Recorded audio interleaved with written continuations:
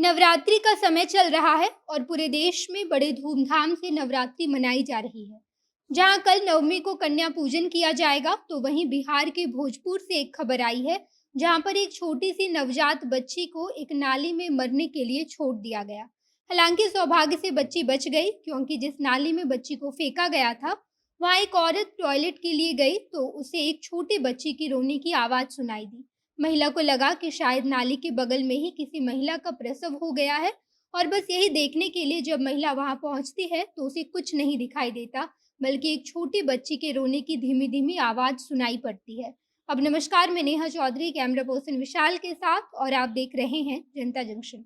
ये घटना भोजपुर के सदर अस्पताल की है, जहां पर एक छोटी सी नवजात बच्ची को काले कपड़े में बांधकर काफी छोटी मुंह वाली नाली में अटका दिया गया था, और वो बच्ची नाली में अटकने की वजह से जोर-जोर से रो रही थी। बच्ची इस तरीके से नाली में अटक गई थी कि केवल उसका छोटा-सा हाथ दिखाई दे रहा था और पूरा शरीर नाली में डूब चुका था।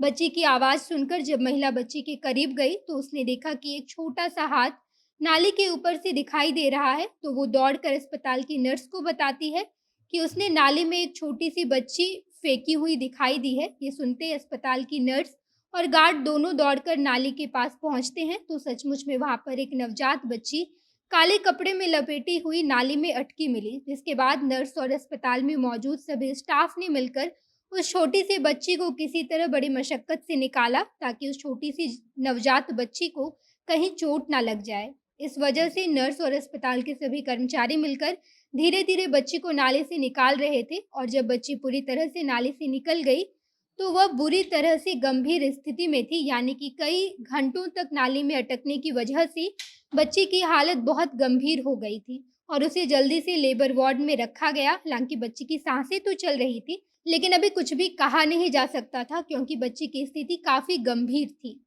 बच्ची को जब नाले से निकाला गया, तो उसके शरीर पर काफ़ी जगह कई सारी चोटें लगी थी, और उसे तुरंत बच्चों की वार्ड में भर्ती करके इलाज शुरू किया गया।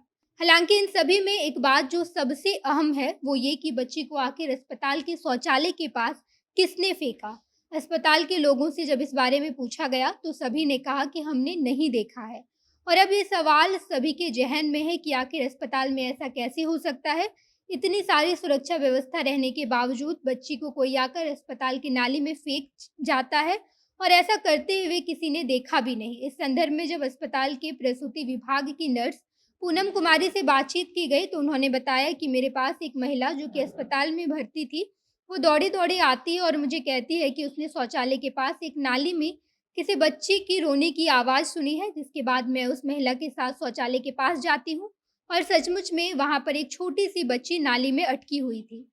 जिसके बाद मैंने वार्ड के गार्ड अभय सिंह को बुलाया, और हम दोनों ने मिलकर किसी तरह धीरे-धीरे करके बच्ची को नाली से बाहर निकाला। हालाँकि ऐसा पहली बार नहीं हुआ है, अस्पताल में ऐसा कई बार हो चुका है। इससे पहले भी 4 फरवरी को एक छोटी-सी बच्ची को अस्पताल में फेंक दिया गया था, और वहीं नाली में फँसने की वजह से छोटी बच्ची की जान चली गई थी। और उस वक़्त भी इस बात का पता नहीं लगाया जा सका था कि आखिर किसने बच्ची को वहाँ पर फेंका है। लेकिन फिर से बिल्कुल वैसी ही घटना दोहराई गई है, और इस बार भी किसी ने बच्ची को नाली में फेंक दिया और किसी ने देखा भी नहीं।